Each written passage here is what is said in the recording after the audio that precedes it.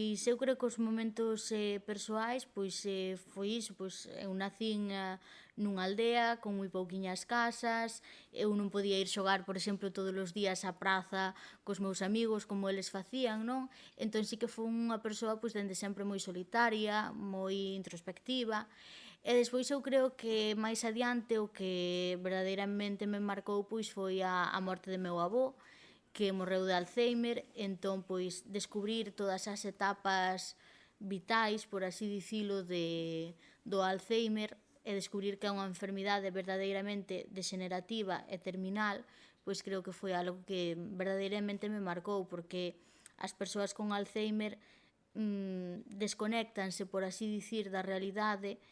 e un bloque establecese entre as súas familias e eles. E tamén os cuidadores, por así dicilo, pois